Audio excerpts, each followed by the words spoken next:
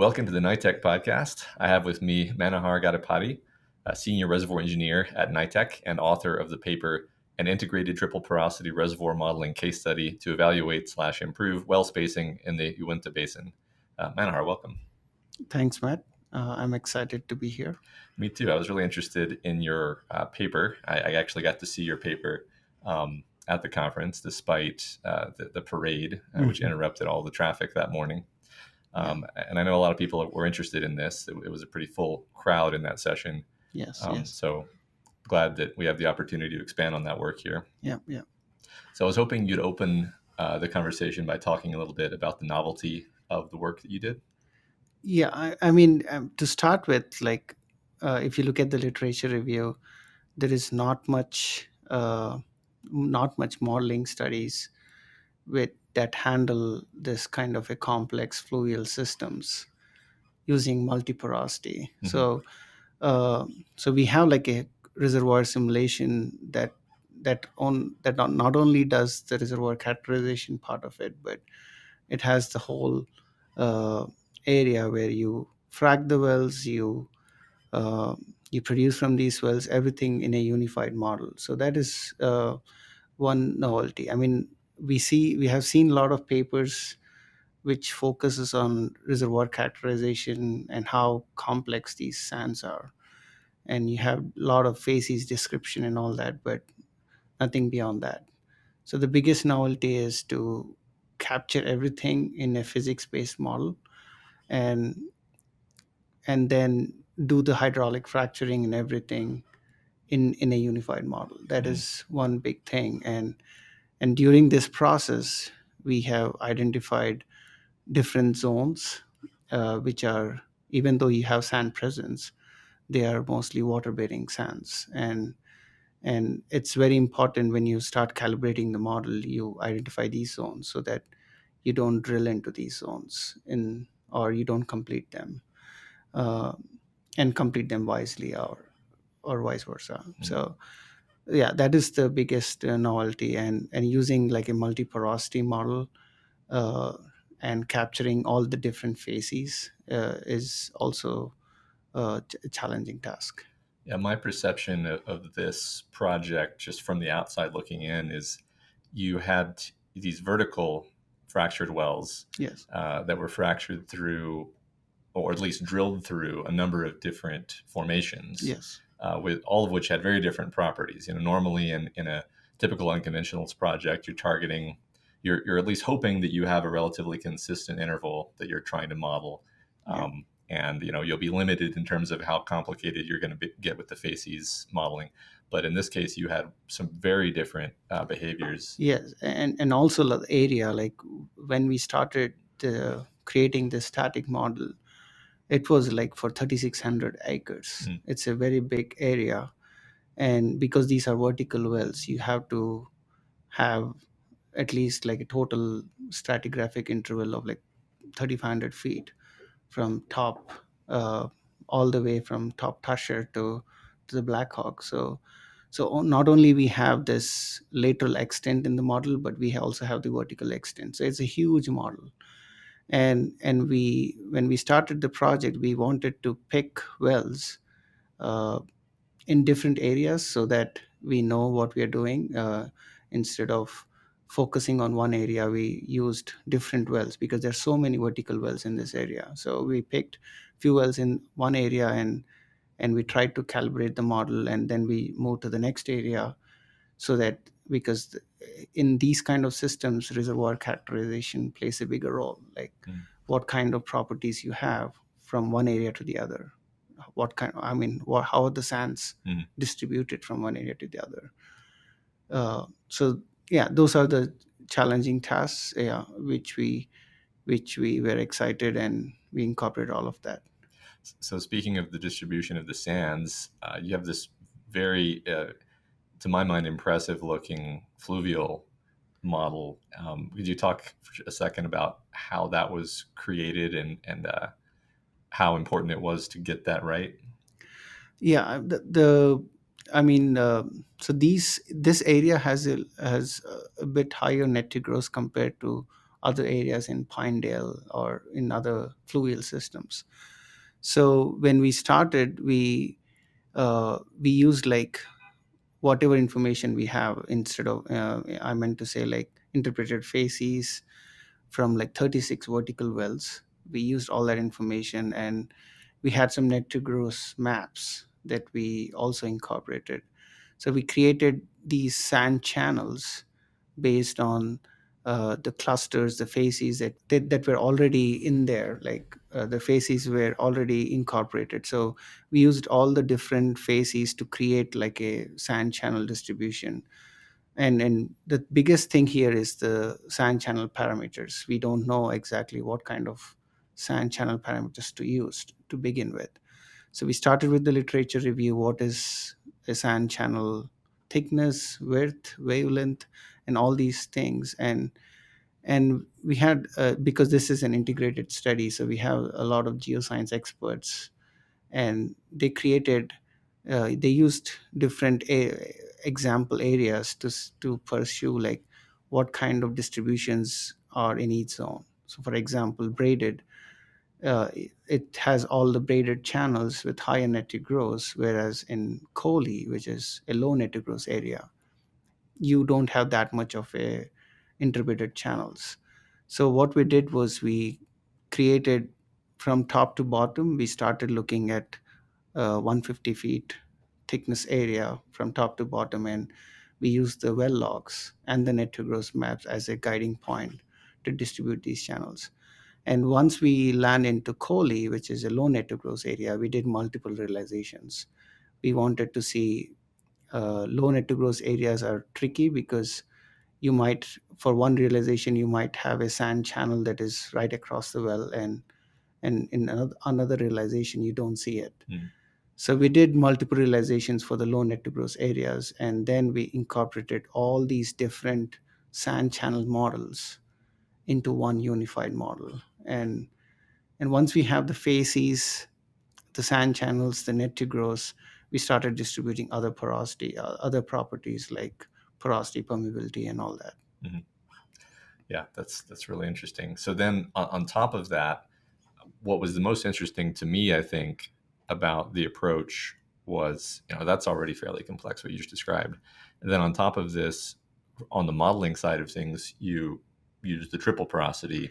Yes. Um, and so could you explain to us why that was necessary and what that allowed you to capture that wouldn't have been captured by our normal workflow, which is dual porosity fracture and matrix system? Yeah, I mean, if you think about a dual porosity or even a single porosity, your net to grosses are, you have just one matrix, which is 100% net to gross.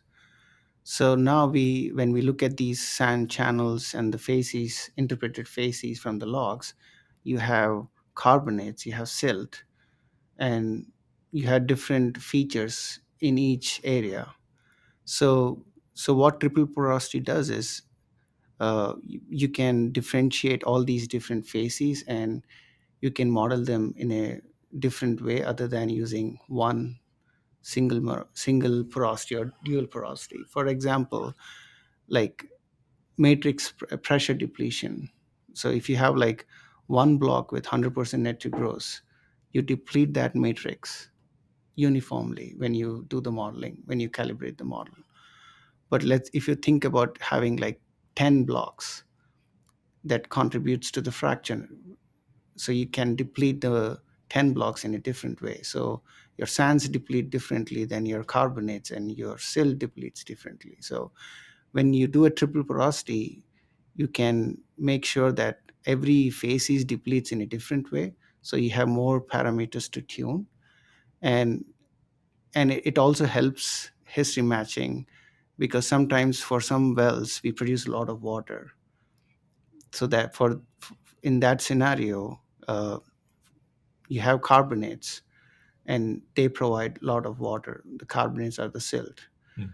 So when you have multiple porosities, you can uh, calibrate or tune the matrix fracture exchange parameter across each different facies, so that you know what matrix is bringing what kind of fluid. Mm. So carbonates bring more water, and silt fracks differently. It might not provide anything. So all these things we can only do in a triple porosity or a multi porosity. And you can also populate your model with different properties. So it's not like one matrix with one matrix permeability. You have like 10 different matrices attached to the fracture with 10 different properties. That that gives us more information about why certain wells produce more water versus other wells. Mm.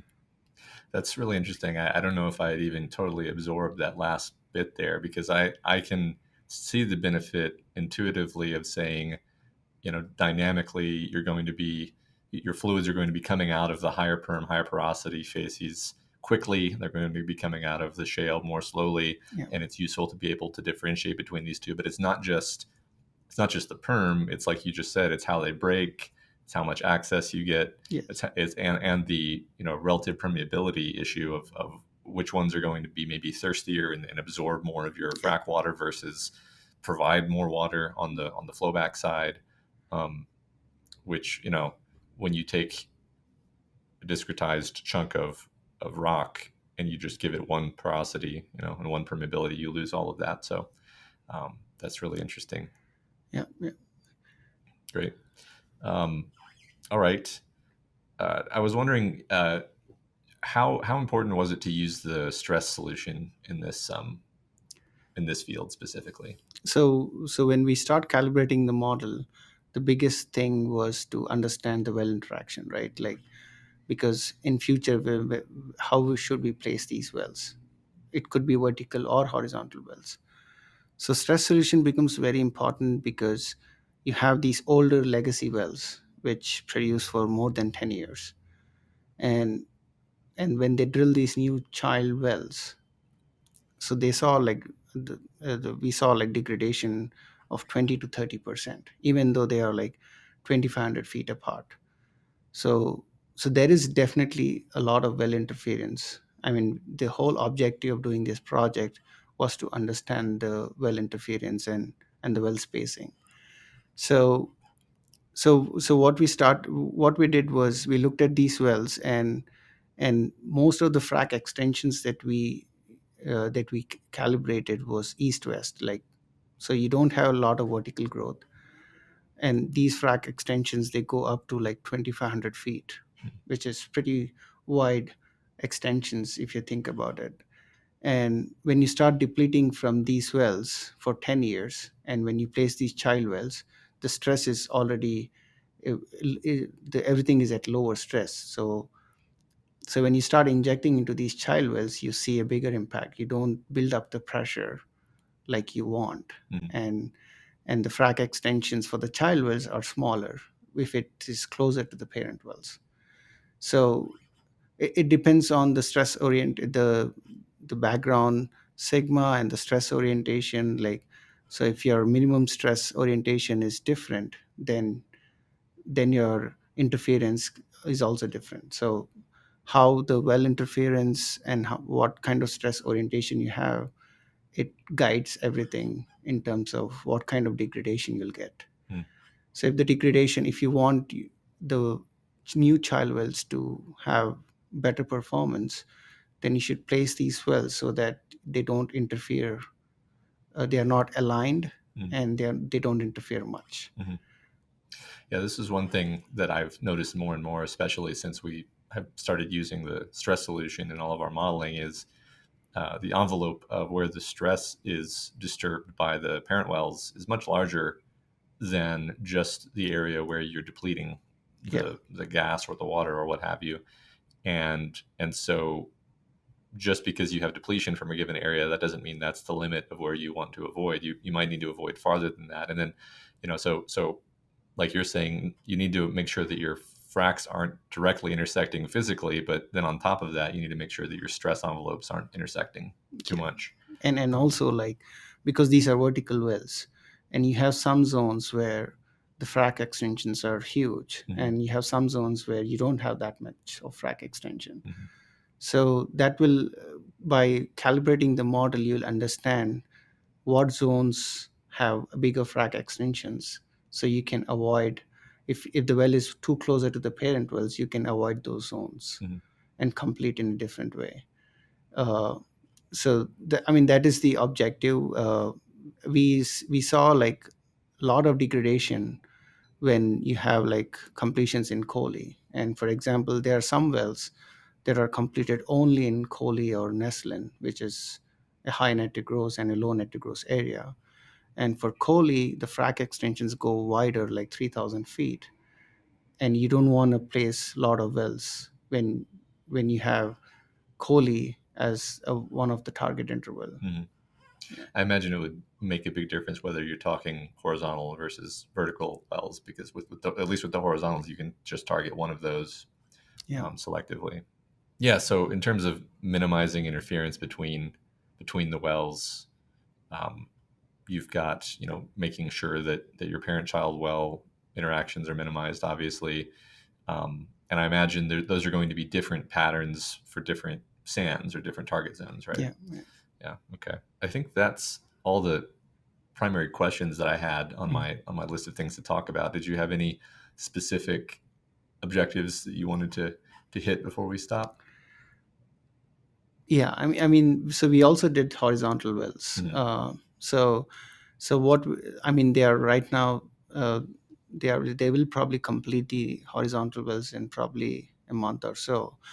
But what we predicted was, when you have all these vertical wells and when you place the horizontal wells, and you have degradation also with the verticals, because there is a bigger depletion from the vertical wells also. And when you place these horizontal wells, you might avoid certain places where you have too many vertical wells, which is very obvious thing to do. Hmm.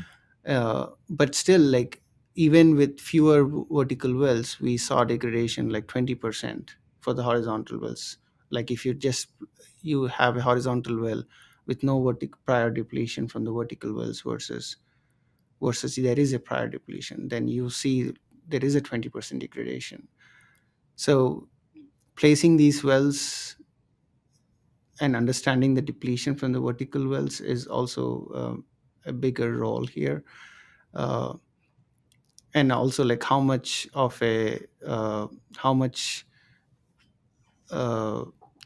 of an injection volume that you need Mm. uh, to have not too much interference. But sometimes if we have like a horizontal with different stages, and if there are vertical wells around the toe of the well, then you can have lesser injection volume on those stages compared to the other stages. Mm.